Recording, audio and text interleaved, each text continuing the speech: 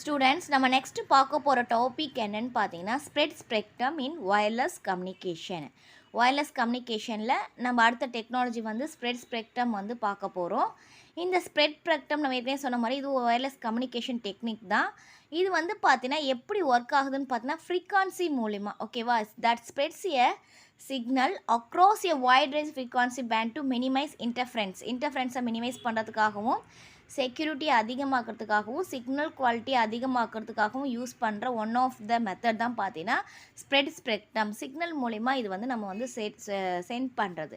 இந்த spread spectrum வந்து பார்த்திங்கன்னா ரேடியோ சிக்னல் மூலிமா தான் இதுவும் பார்த்திங்கன்னா நம்ம வந்து டிரான்ஸ்மிட் பண்ணுவோம். So over a wide range of frequency மூலிமா நம்ம வந்து டிரான்ஸ்மிட் பண்ணுவோம். இது வந்து பார்த்தீங்க is a pattern series of numbers அப்படி வந்து பார்க்கலாம். இந்த ஸ்ப்ரெட் கோடு அப்படின்னு இருக்கும், அதன் மூலிமா தான் நம்ம அனுப்புவோம். அந்த ஸ்ப்ரெட் கோடு அப்படின்றது என்னென்னு பார்த்தீங்கன்னா is a series of number மாதிரி இருக்கும். Original signals bandwidth that enlarges நம்ம ஒரிஜினலாக இருக்கிறத விட அதிகமாக போகிற மாதிரி இருக்கும். அந்த பேட்டர்னில் தான் நம்ம வந்து அனுப்புவோம். இந்த மெத்தட் வந்து பார்த்திங்கன்னா செக்யூருக்காக தான் இது மோஸ்ட்லி இந்த மெத்தட் வந்து யூஸ் பண்ணுவாங்க. அந்த கோடு யூஸ் பண்ணி, ஓகேவா. கோட் மீன்ஸ் என்கிரிப்ஷன் டிஸ்கிரிப்ஷன்ஸ் இருக்கு இல்லையா, அந்த மாதிரி டேட்டாவை மாற்றி எக்ஸ்ட்ராவாக நம்பர்ஸை கொடுத்து ஒரிஜினலோடைய நிறைய போகிற மாதிரி இருக்கும். அப்போ நம்ம அதை கண்டுபிடிக்கிறதுக்கு கொஞ்சம் கஷ்டமாக இருக்கும் இல்லையா, அதுதான்.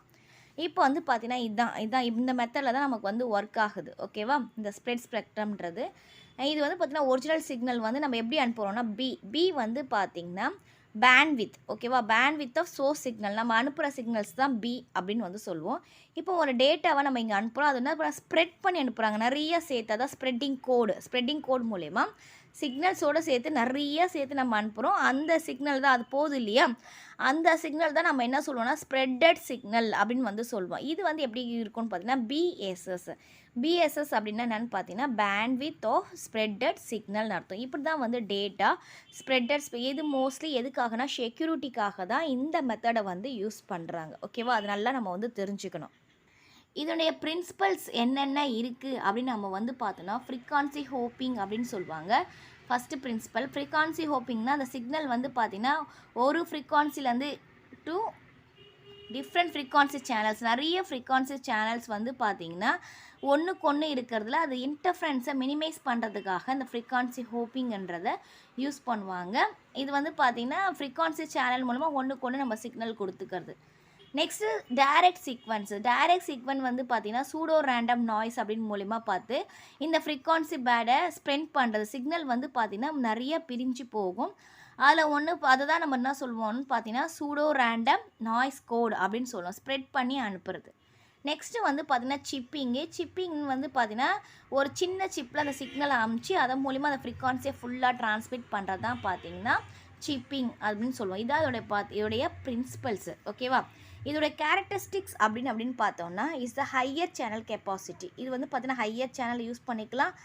அந்த ரெஸ்ட்ரிக்ட் மல்டிபிள் பாத் ப்ரொபகேஷன்ஸு நம்ம மல்டிபிள் பாத் ப்ரொபகேஷனில் யூஸ் பண்ணிக்கலாம். இது வந்து அன்ஆத்தரைஸ், நம்ம ஏற்கனவே சொன்ன மாதிரி இது செக்யூரிட்டிக்காக தான் யூஸ் பண்ணுறோம் இல்லையா, அதனால் அன்ஆத்தரைஸ் பர்சன்ஸ்லாம் வந்து ஈஸியாக வந்து இதில் வந்து அட்டாக் பண்ண முடியாது, ஓகேவா. ஈஸியாக வந்து எடுத்துக்க முடியாது. ரெசிஸ்டன்ட் டு ஜாமிங் பார்த்திங்கன்னா ஜாமிங் ஆகாது இதில், அந்த மாதிரி பார்த்துக்கலாம். And then the spread spectrum provides immunity to distortion due to multiple path. அதை நம்ம ஏற்கனவே சொன்ன மாதிரி இல்லையா, ஸ்ப்ரெட் பண்ணி அனுப்புகிறோம் இல்லையா, அப்போ வந்து பார்த்திங்கன்னா நம்ம மல்டிபிள் பாத் ப்ரொபகேஷனில் அமுச்சிக்கலாம். இந்த ஸ்ப்ரெட் ப்ரோக்ராம்ஸ் அதை மல்டிபிள் ஆக்சஸ் எப்படி நம்ம மல்டிபிள் பாத்தில் அனுப்புகிறோமோ அதே மாதிரி பார்த்திங்கன்னா அதில் ஆக்சஸ் பண்ணுறதுக்கும் மல்டிபிள் கேப்பபிலிட்டிஸ் அதில் வந்து இருக்குது. அதான் பார்த்திங்கன்னா இதோட முக்கியமான characteristics of spread spectrum. And then techniques பார்க்கலாம். நம்ம ஏற்கனவே பார்த்துருக்கோம் இல்லையா, டெக்னிக்ஸில் பார்த்தீங்கன்னா 2 டெக்னிக்ஸ் இருக்குது, important techniques. Frequency hoping spread spectrum FHSS சொல்லுவோம்.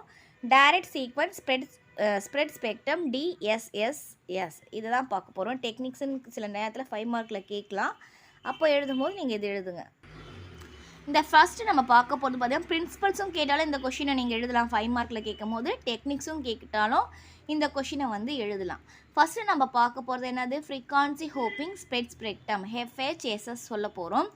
இந்த ஃப்ரீக்வன்சி ஹோப்பிங் ஸ்ப்ரெட் ஸ்பெக்ட்ரம் நம்ம ஏற்கனவே சொன்ன மாதிரி பார்த்தீங்கன்னா எதுக்காக அப்படின்னா ஒரு இடத்துலேருந்து மல்டிபிள் பாத்துக்கு யூஸ் பண்ணுறதுக்காக நம்ம யூஸ் பண்ணுவோம். It's different carrier frequencies. இதில் வந்து பார்த்தீங்கன்னா நிறைய ஃப்ரீக்வன்சிஸ் வந்து மாடுலேட் பண்ணியிருப்பாங்க. சோர்ஸ் சிக்னல் தட் மீன்ஸ் அப்படி ஒரு M carrier frequencies are modulated by the signal, அது வந்து எம்ன்னு வந்து நம்ம வந்து வச்சுக்கலாம்.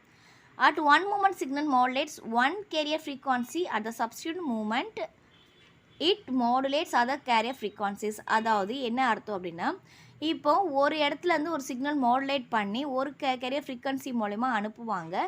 அது என்ன பண்ணுன்னா திருப்பி அதர் ஃப்ரீக்வன்சிஸ் அங்கே ஒன்று இருக்கும், அந்த சப்ஸ்டிக்யூண்ட்டை அது வந்து பார்த்தீங்கன்னா அந்த மூமெண்ட்டில் இருக்கிறது அந்த பக்கம் இருக்கு இல்லையா, ரிசீவரில் இருக்கு இல்லையா, அங்கே இருக்கிறத வந்து இது வந்து கேரி பண்ணிக்கும். இந்த ஃப்ரீக்வன்சி ஒரு இடத்துலேருந்து அனுப்புகிற மாடுலேட் பண்ணி அனுப்புறது, அங்கே இருக்கிற மாடுலேட்டர் வந்து பார்த்தீங்கன்னா இங்கே ஒரு மாடுலேட் கேரியர் ஃப்ரீக்வன்சின்னு சொல்லுவோம் அனுப்பும், அங்கே இருக்கிற ஒரு மாடுலேட்டரை அது வந்து கேரியர் பண்ணிக்கும். ஓகேவா? இப்போ வந்து பார்த்திங்கன்னா இதை இப்படி தான் ஒர்க் ஆகும். இதை பார்த்தா நமக்கு புரியும். நம்ம ஏற்கனவே சொன்ன மாதிரி பார்த்தீங்க இல்லையா, ஒரிஜினல் சிக்னல்லேருந்து ஸ்ப்ரெட்டிங்கை வந்து அனுப்புகிறோம். ஸ்ப்ரெட்டிங் வந்து பார்த்திங்கன்னா எப்படி மாறும் அப்படின்னா, சூடோ ரேண்டம் கோட் ஜெனரேட்டட் அப்படின்னு இருக்குது. இதை வந்து தான் பார்த்திங்கன்னா இது எதுக்காகனா மல்டிபிள் பாத்துக்காக. அண்ட் தென் ஃப்ரீக்வன்சி சிந்தசிஸாக கன்வெர்ட் பண்ணி அண்ட் தென் ஸ்ப்ரெட்டிங் இது மூலிமா தான் நம்ம இப்படி அனுப்புகிறோம். இங்கேருந்து பார்த்திங்கன்னா ஸ்ப்ரெட்டிங் கோட் மூலிமா நம்ம ஸ்ப்ரெட்டட் சிக்னலாக நமக்கு வந்து மாறுது. தான் ஃப்ரீக்வன்சிஸ் மூலிமா நம்மளோட டேட்டாவை அனுப்புறது தான் பார்த்திங்கன்னா ஃப்ரீக்வன்சி ஹோப்பிங் ஸ்ப்ரெட் ஸ்பெக்ட்ரம் அப்படின்னு வந்து சொல்லலாம். இந்த சூடோ ரேண்டம் கோட் ஜெனரேட்டர் இருக்குது இல்லையா, நம்ம இங்கே வந்து பார்த்தோம் இல்லையா, இது எதுக்காக அப்படின்னு பார்த்தீங்கன்னா நாய்ஸ் இருக்கும்ல, சம் பேட்டர்ன் ஆஃப் நாய்ஸு அது வந்து என்ன பண்ணணும்னு பார்த்தீங்கன்னா அது ஜெனரேட் பண்ணி அனுப்பும். ஓகேவா? இது அந்த ஜெனரேட்டர் வந்து அந்த நாய்ஸ் ஏதாவது இருந்துச்சுன்னா ஒரே பேட்டர்னில் இருக்க நாய்ஸை அது எடுத்துகிட்டு அதை வந்து அனுப்பும். அதுக்கு தான் வந்து யூஸ் பண்ணுறோம்.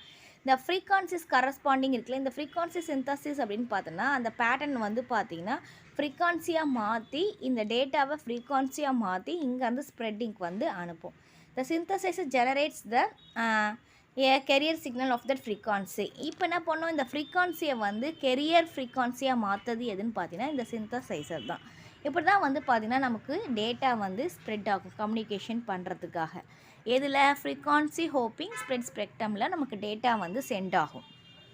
நெக்ஸ்ட்டு பிரின்சிபல் வந்து என்னென்னு பார்த்தீங்கன்னா டைரக்ட் சீக்வன்ஸ் ஸ்ப்ரெட் ஸ்பெக்ட்ரம் பார்த்தோம் இல்லையா, இது வந்து பார்த்திங்கன்னா the bandwidth of the original signal is also expanded by a different technique. நம்ம சொன்னல அந்த பேண்ட்வித் என்ன ஆகும், ஒரிஜினல் சிக்னல்லேருந்து அதிகமாகி டிஃப்ரெண்ட் டெக்னிக் மூலிமா எக்ஸ்பேண்ட் ஆகி போகும். இது வந்து டைரக்ட்டு. ஈச் பிட் வந்து பார்த்திங்கன்னா ஒவ்வொரு பிட்டும் நம்ம என்ன எடுத்துக்கணும், n பிட்ஸாக யூஸ் பண்ணிக்கணும். அந்த ஸ்ப்ரெட்டிங் கோடு அந்த சிப்ஸ் மூலிமா போகுது இல்லையா, அது வந்து spreading code. And then bit rate of the chip is call the chip rate. அது எவ்வளோக்கு ஒரு நிமிஷத்துக்கு எவ்வளோ போகுது அப்படின்றத நம்ம சொல்கிறது தான் சிப் ரேட்டு. இந்த சிப் ரேட் வந்து எப்படி எடுத்துக்கலாம்னா n times of the bit rate. Bit ரேட்டோட n டைம்ஸ் அதிகமாக இருக்கும் இந்த bit rate of the original signal. இப்போ நம்ம வந்து இதை பார்க்கலாம், டயக்ராமை பார்க்கலாம். இப்போ இந்த டயக்ராமில் பார்த்தீங்கன்னா டைரக்ட் சீக்வன்ஸ் ஸ்ப்ரெட் ஸ்பெக்ட்ரம் நம்ம ஏற்கனவே சொன்ன மாதிரி ஒரிஜினல் சிக்னல் அனுப்புகிறோம். இங்கே வந்து எதுவுமே இல்லை, ஒன்லி ஃபார் சிப் ஜெனரேட்டர். இந்த சிப் ஜெனரேட்டர் என்ன பண்ண சொல்லியிருக்கேன், ஒரிஜினல் டேட்டா விட கொஞ்சம் அதிகமான கோடு வந்து இதில் வந்து எக்ஸ்ட்ராவாக ஆட் பண்ணி அதுக்கப்புறம் என்ன பண்ணோம் ஸ்ப்ரெட்டிங்க்கு அனுப்பும். இந்த சிப் ஜெனரேட்டரோட வேலையே அதுதான். அது என்ன பார்த்தோன்னா இருக்கிற டேட்டாவை எக்ஸ்பேண்ட் பண்ணி ஒவ்வொரு டேட்டாவையும் அதிகமாக்கி அதுக்கப்புறம் தான் ஜெனரேட் பண்ணுறது தான் பார்த்தீங்கன்னா ஸ்ப்ரெட் பண்ணுறது தான் டைரக்ட் சீக்வன்ஸ் ஸ்ப்ரெட் ஸ்பெக்ட்ரம் அப்படின்னு வந்து நம்ம வந்து சொல்லலாம். இங்கே வந்து பார்த்திங்கன்னா இந்த ஒயர்லெஸ் லேண்டில் பார்த்தீங்கன்னா n = 11 அப்படின்றது என்னன்றதை எப்படி யூஸ் பண்ணுறாங்கன்னா 11ன்னு சொல்லிட்டு யூஸ் பண்ணிக்கிறாங்க. இந்த ஒரிஜினல் டேட்டா இருக்குது இல்லையா, is multiply by chips to get the spread signal, அதாவது ஸ்ப்ரெட்டிங் கோடோட. இப்போ ஒரிஜினல் டேட்டா வந்து பார்த்திங்கன்னா ஃபார் எக்ஸாம்பிள் இப்போ 0011 ஏதோ சம்திங் இருக்குன்னா அது என்ன பண்ணுவாங்க இன்ட்டு என்னுடைய வேல்யூ அது 11. அப்போது இதுதான் பார்த்தீங்கன்னா ஸ்ப்ரெட்டிங் டேட்டா. இப்போ இதுக்கு ஒரு ஆன்சர் வரும் இல்லையா, அந்த வேல்யூ தான் ஸ்ப்ரெட்டிங் டேட்டா. இதெல்லாம் எது பண்ணிக்கோன்னு பார்த்தீங்கன்னா நம்ம சிப் ஜெனரேட்டர் தான் பார்க்கும். அதை மல்டிப்ளை பை சிப்ஸ் மூலிமா நம்ம வந்து மல்டிப்ளை பண்ணிப்போம்.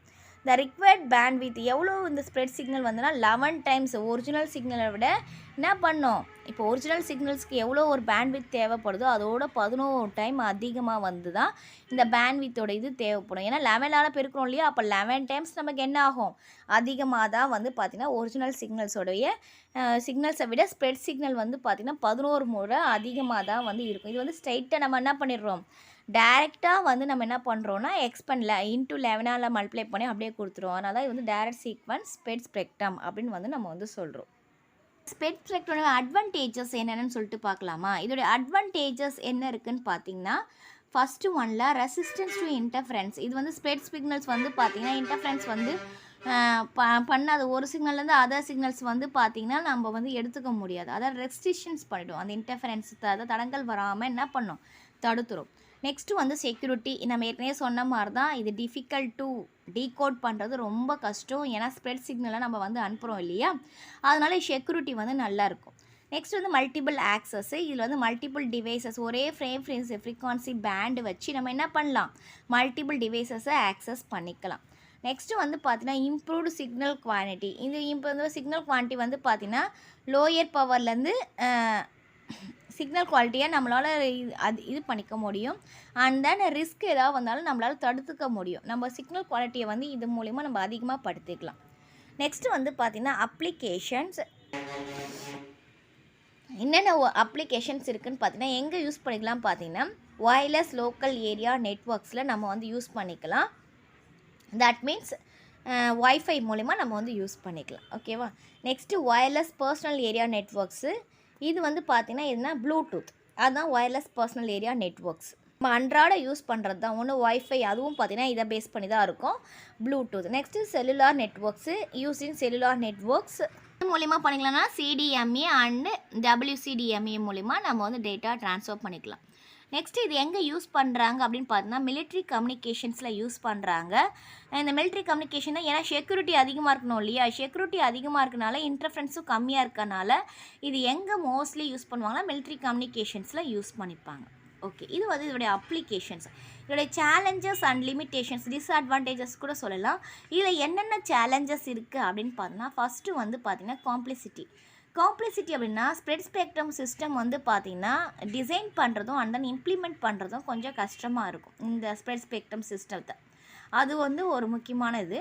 நெக்ஸ்ட் வந்து பவர் கன்சப்ஷன். இது வயர்லெஸ் டெக்னிக்காக இருந்தாலும் கூட பவர் வந்து அதிகமாக இதில் வந்து மோர் பவர் வந்து இதுக்கு தேவைப்படும். அது ஒரு லிமிட்டேஷன்ஸ் ஆர் சேலஞ்சஸ்ன்னு சொல்லலாம். நெக்ஸ்ட்டு இன்டர்ஃபரன்ஸ் வந்து பார்த்திங்கன்னா affected by the interference from other signals. சில நேரத்தில் நம்ம இன்டர்ஃபரன்ஸ் என்ன ஆகும்னு பார்த்திங்கன்னா அஃபெக்ட் ஆகிறதுக்கு சான்சஸ் வந்து அதிகமாக இருக்குது. நெக்ஸ்ட்டு வந்து லிமிட்டேஷன்ஸ் அப்படின்னு பார்த்தோம்னா சேலஞ்சஸ் ரெகுலேட்டரி இஷ்யூஸ். அதை நம்ம ஏற்கனவே சொன்னோன்னு பார்த்தீங்களா, என்ன பண்ண முடியும், ரெகுலேட்டரி வச்சுருவாங்க, சில இடத்துல மட்டும்தான் யூஸ் பண்ண முடியும், இவ்வளோ பவர்ஸ் தான் வந்து யூஸ் பண்ண முடியும் அப்படின்னு வச்சுட்டாங்கன்னா, இவ்வளோ ஃப்ரீக்வன்சி தான் யூஸ் பண்ண முடியும்னு வச்சுட்டாங்கன்னா நம்ம இந்த மெத்தடை யூஸ் பண்ண முடியாது. ஏன்னா இதுக்கு பவர் கன்சப்ஷன் அதிகமாகும், ஃப்ரீக்வன்சியும் அதிகமாகும். அந்த மாதிரி இஷ்யூஸில் இருக்கும்போது இந்த மெத்தடை நம்மளால் யூஸ் பண்ண முடியாது. இப்போ இந்த டாபிக் உங்களுக்கு கிளியராக புரிஞ்சிருக்கும்னு நினைக்கிறேன். Thank you students.